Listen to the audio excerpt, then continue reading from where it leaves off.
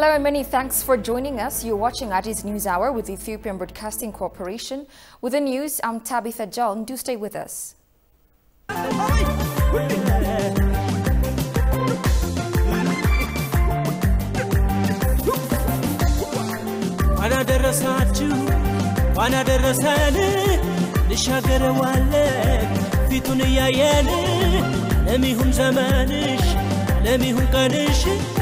Ethiopian Tagare, Wana Derasash, Artist no, Eletu, Sinaga, Lelitu, Salam no, Figure, Yauda Matsunagar, want to make a pay, the Tauchi, the Mote, Chinkatu, Deputy Premier and Foreign Affairs Minister Demeka Mekonnen held talks with his counterpart Christophe Lutundula Apala of the Democratic Republic of Congo. Briefing journalists, spokesperson of the ministry, Dina Mufti, said the discussion was on how to resume the trilateral negotiations on the Grand Renaissance Dam under the auspices of the African Union. Kasahun Chani reports.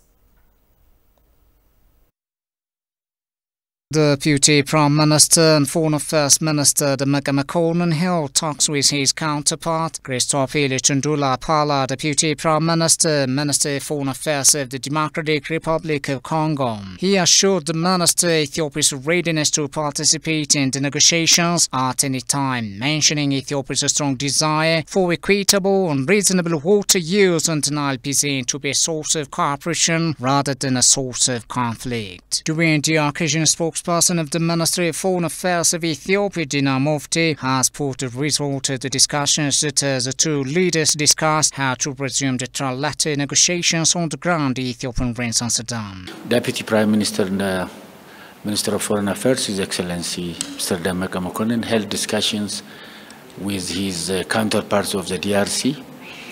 They held discussion on how to resume the trilateral negotiations on the GERD. The Deputy Prime Minister reiterated Ethiopia's position, Ethiopia's commitment to faithfully negotiate at trilateral level. Ethiopia's commitment also to the fact that this negotiation will be undertaken under the auspices of the African Union. He outlined also Ethiopia's commitment, dedication toward this reasonable and rational, equitable utilization of the Nile resource. He emphasized also the need for using this Nile as a source of integration, not a source of conflict.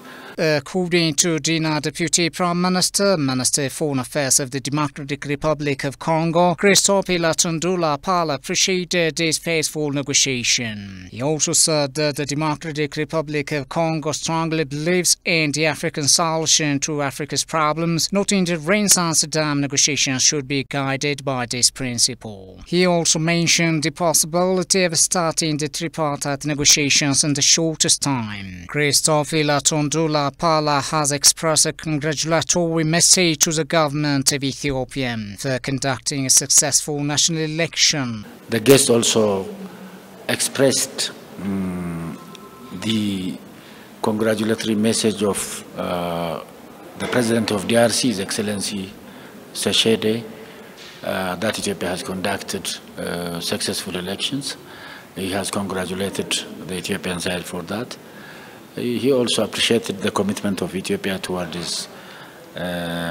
these faithful negotiations on the GERD. It was also noted that both sides discussed bilateral relations with boosting Ethiopian Democratic Republic of Congo to achieve mutual interests along with several topics of mutual concern, Dina stated.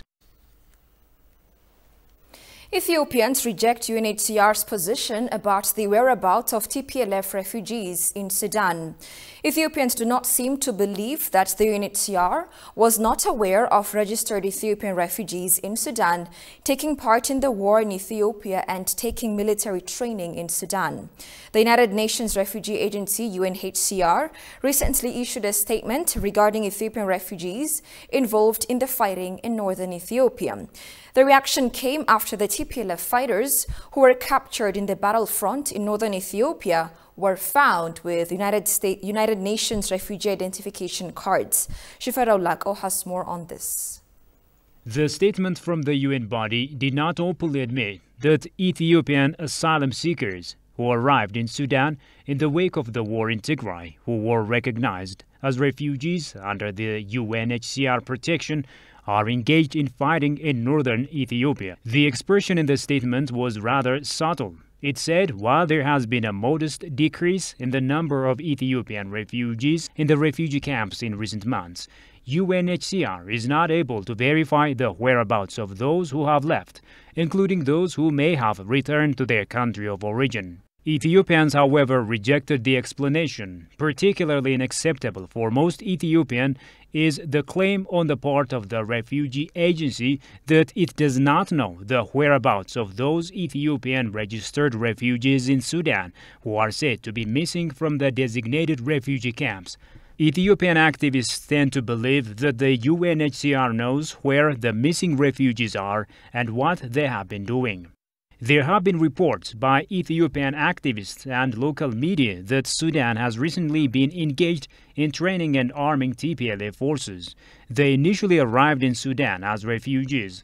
They're believed to have been involved in the Unhcr massacre in November 2020, as reported by Ethiopian authorities. The Tplf itself has confirmed that it has over 30,000 fighters in Sudan.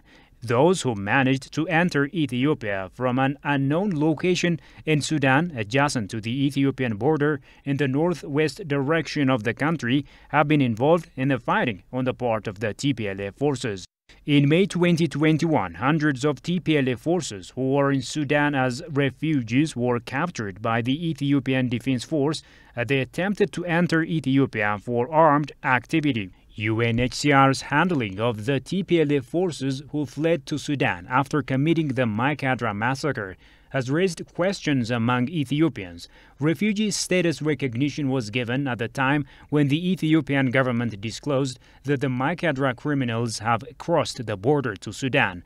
Another striking thing about the Tplf criminals who were accepted as refugees in Sudan is that they were used primary sources for the narratives in major media outlets and human rights organizations in the West. Aid agencies who claim to have the urge to provide emergency humanitarian assistance in Tigray were also somehow involved in aiding the Tplf forces. Fighters who were captured in the recent fighting in the North Wollo and South Gondar areas were caught with high-energy biscuits that were meant to be distributed to those who need it most in the Tigray region of Ethiopia. The Tplf leaders in the Tigray region were also provided with satellite phones that were supposed to be for aid agency workers' operational use. The Minister of Peace and Chairperson of Emergency Coordinating Committee, Muferiat Kamil, met with representatives of the United Nations and other international organizations involved in the coordination and delivery of humanitarian assistance in the northern part of the country.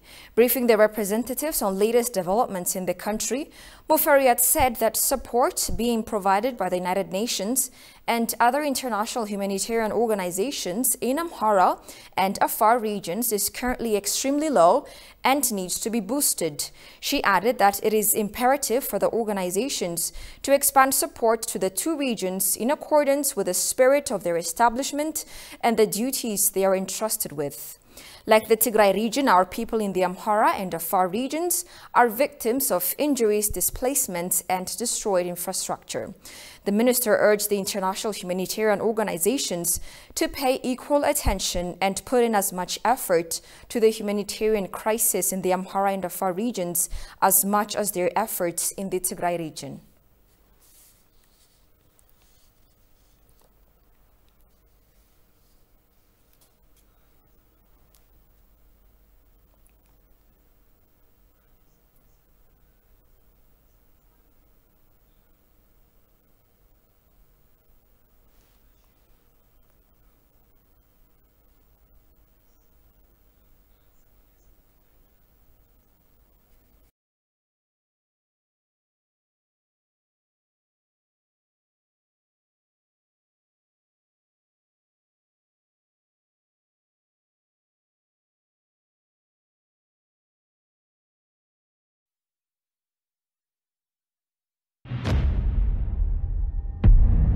አንዳንድ ጊዜያት እንዳውሎ ነፋስ ናቸው ሞገዳቸው ይበረታል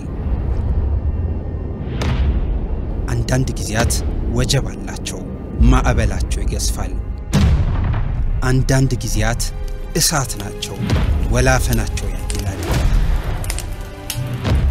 አንዳንድ ጊዜያት የጦርነት ናቸው የጦፈ ፍልሚያ ውስጥ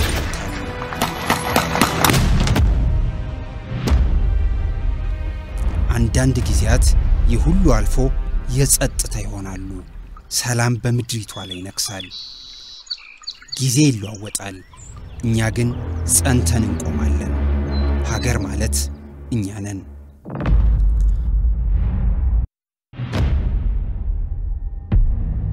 አንዳንድ ጊዜያት እንዳውሎ ነፋስ ናቸው ሞገዳቸው ይበረታል አንዳንድ ጊዜያት ወጀብ አላቸው ማዕበላቸው ይገስፋል አንዳንድ ጊዜያት እሳት ናቸው ወላፈናቸው ያግላል አንዳንድ ጊዜያት የጦርነት ናቸው የጦፈ ፍልሚያ ውስጥ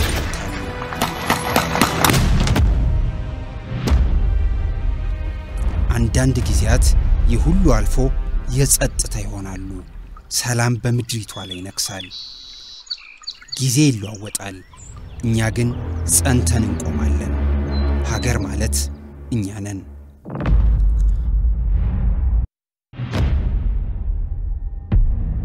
አንዳንድ ጊዜያት እንዳውሎ ነፋስ ናቸው ሞገዳቸው ይበረታል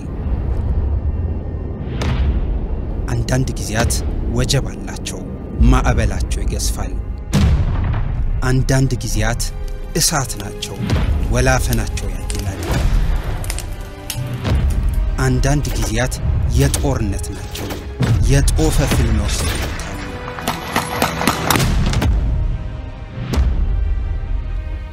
አንዳንድ ጊዜያት ይሁሉ አልፎ የጸጥታ ይሆናሉ ሰላም በመድሪቷ ላይ ይነክሳል ጊዜ ይለዋወጣል እኛ ግን The Ethiopian National Defense Force called upon Tigrayan youth and militia members who are fighting alongside the Tplf to surrender and go back to normal life. The statement issued today noted that large number of Tigrayan youth and militia members are sacrificing their lives for nothing. According to the statement, Tplf is using these youth groups to fight against the national interest that disintegrates the country. Moreover, it blamed Tplf for banning the Tigrayan people from getting humanitarian aid unless they sent their sons to war fronts. Urging the youth to peacefully surrender to the national army, the statement assured them forgiveness and protection in return.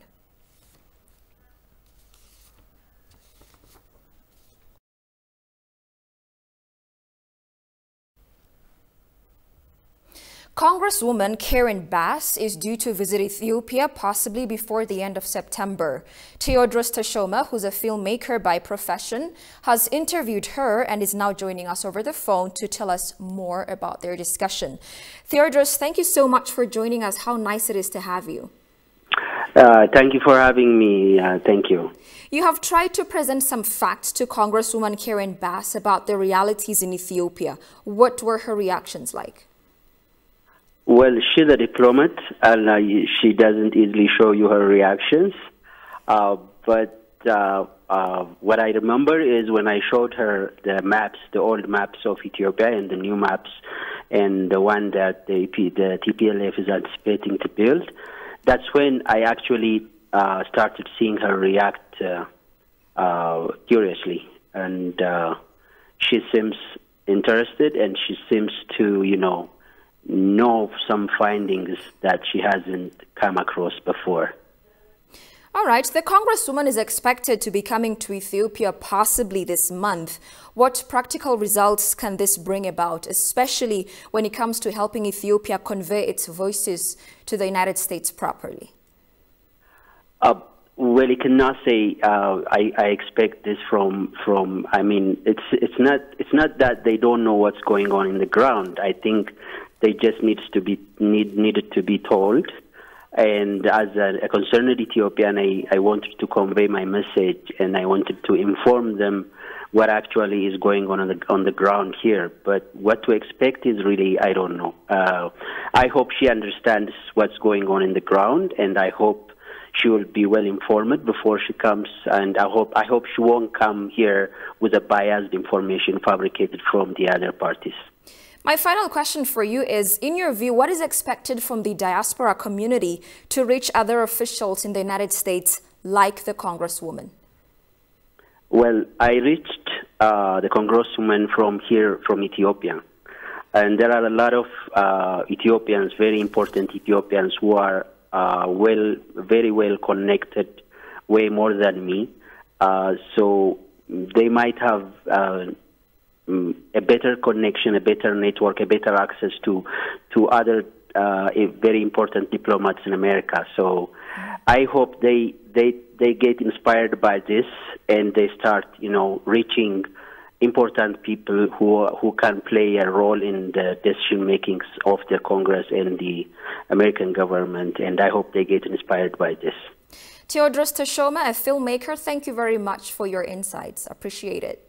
You're most welcome, and thank you for having me again.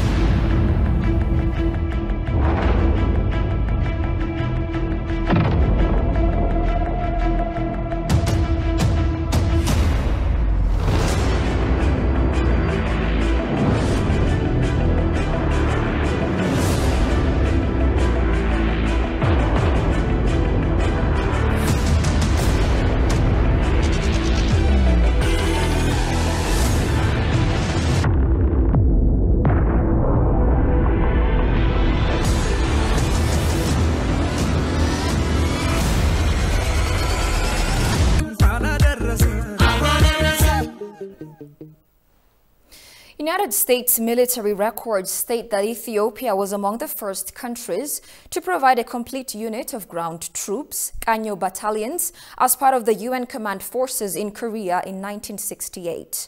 It was the first time that Ethiopia had been involved in a war outside the African continent. Koreans never forget this Ethiopia's participation in the Korean War. Take a look at this. I never forget your spirit, when we were difficult in Korean wars, you sent your army and your brother, your father, your grandfather, put them in here. I'm so sorry. Thank you so much. Thank you so much. I never forget your activity. Okay, thank you. Thank you so much. Thank you so much. Yeah.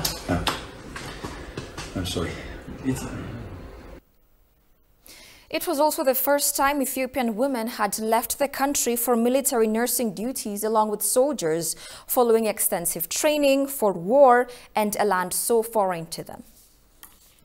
1968, Haile Selassie visited here after he asked our president, Mr. Bach, for the construction Ethiopian Cultural Center in here. But our president is very afraid of community at that times because of the 1968 North Korean the special armies attacked our Blue House. So Mr. Park was afraid of terror. In 1968, after that accident, Haile Selassie visited in Chuncheon, but Chuncheon is very close to the north line.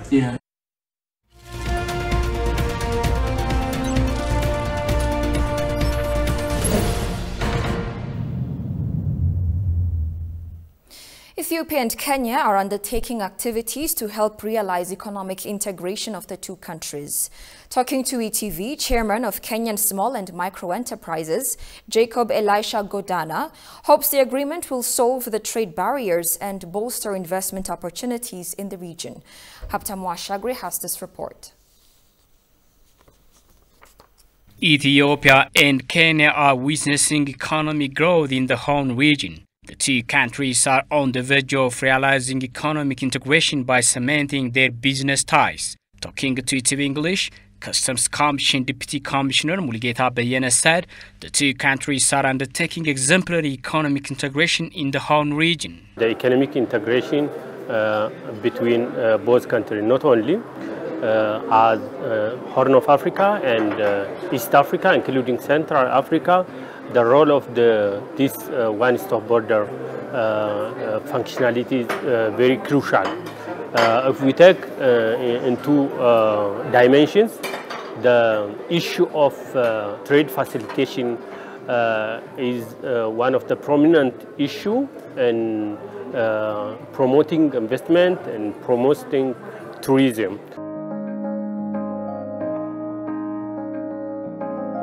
Construction of the Ethiopia-Kenya transmission interconnection line has been completed, and the facility is expected to be launched officially in June this year.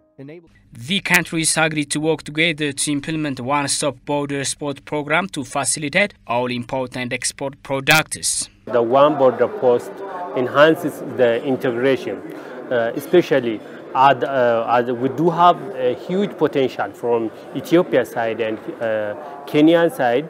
A huge potential for importation of homemade products from Ethiopian side, especially agricultural products are being exported to Ethiopia. If we facilitated this one, it will be very encouraging for small-scale industries here in Ethiopia, and also encouraging for small-scale industries who are going to process these agricultural products there in Kenya. Mulugeta remarked the economic integration activities are expected to sustain the economic growth of the two countries. Before the operationalization of this one-stop border post of Moyale, the two sides, Kenyan sides, all import goods were being examined. All passengers, including tourists and their vehicles, their cargoes, were subject for twice and above times searching and staying on both borders. According to the Deputy Commissioner, the two countries' economic integration relies on African Continental Free Trade Agreement. Chairman of Kenyan Small Micro Enterprises, Jacob Elisha Godana, for his part hopes the agreement will solve the trade barrier and bolster investment opportunities in the Horn region. This closure of border and there's no procedure, like let's say language barrier between the two countries. You know, the mutual understanding we have for the countries for the last 60 years. So it has really affected especially the business community, this SMEs. Not only the language barrier, there's this trade barrier, porous border, and there's a lot of closure of the border, which has really affected immensely the business community.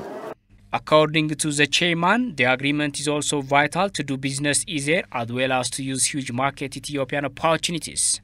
It is an advantage. It is ease of doing business. You see, the population of Kenya is only 50 million, and the population of Ethiopia is 100 million. You see that market. Even if you get like 20,000 people coming from Ethiopia to Kenya, that is business. For me here, let's say to do business, I'm interested in Safaricom, which you have just started. The Equity Bank has started. You see the interaction. I also come from here. My mother comes from Yabello. You see, we have the cultural ties.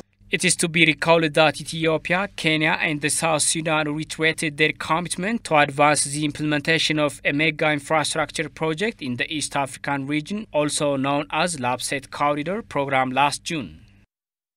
Like the Ethiopian can barrel drum, I came in playing the Ghanaian dondo to represent the unity in Africa.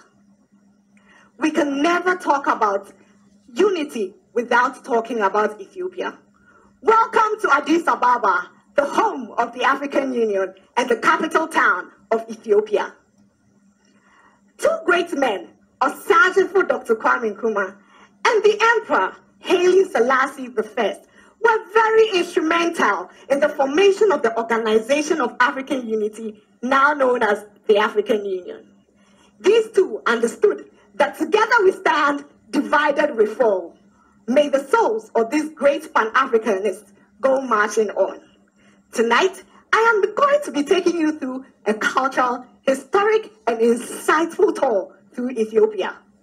When you come to Ethiopia, there are sites that you might want to visit, some of which include the Simian National Park, with its high peaks, deep valleys, and sharp precipices, stretching over 1,500 meters. You might also want to visit the ruins of Aksum, which represents the heart of ancient Ethiopia, when the kingdom of Aksum was the most powerful between the Eastern Roman Empire and Persia. You might also want to visit Tyre, which is an archaeological site in the center of Ethiopia, south to Addis Ababa. Ethiopia prides itself in its diverse landscape and rich culture, which is why you might want to visit so many cities in Ethiopia, some of which include Addis Ababa, Mabel, Lalibela, Gondar, just to mention a few. Ethiopia, being the second most populated country in Africa, is the only country that has never been colonized by the West. The Italians tried to create a colonial crack on Africa through Ethiopia, but were defeated at the Battle of Adua. They hid on the hills looking down on the valleys of Adua with their guns, bows, and arrows, and defeated the Italians. Did you know that Ethiopia is the only country with a 13 calendar system? What does this even mean? This means that when everybody else in the world has 12 months in the year, there are 13 months in Ethiopia. This is why I'm 7 years younger, because while all of you are in the year 2021, it is still 2014 in Ethiopia. Interesting, isn't it? In fact, yesterday, September 11th, was a new year in Ethiopia. Melkam Addis Ahmed. Fascinating. And finally, the 4-day series of talks intending to pave a return to civilian rule in Guinea after a coup entered its second day, with the parties involved seeking to reach a memorandum on the way forward. Coup leader Lieutenant Colonel Mamadi Doumbouya told attendees the coup was the result of the failure of the entire political and military class, according to Sidia Toure, a former prime minister who was at the meeting. Opposition party leaders who came to the heavily guarded People's Palace for the meeting, however, publicly backed the coup and laid more criticism on ousted President Alpha Conde. Usman Kaba, leader of the opposition party of Democrats for Hope, called that bid by Conde to stay in power beyond his mandate is a coup as well. The junta has come under intense diplomatic pressure since seizing power on September 5 from President Alpha Conde, later held talks with religious leaders. It will then meet civil society figures, diplomats, trade unionists, and mining executives through to Friday.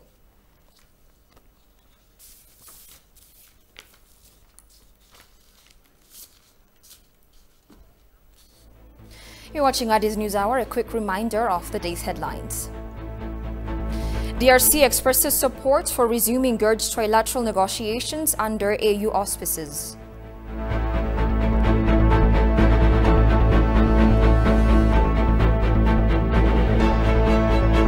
And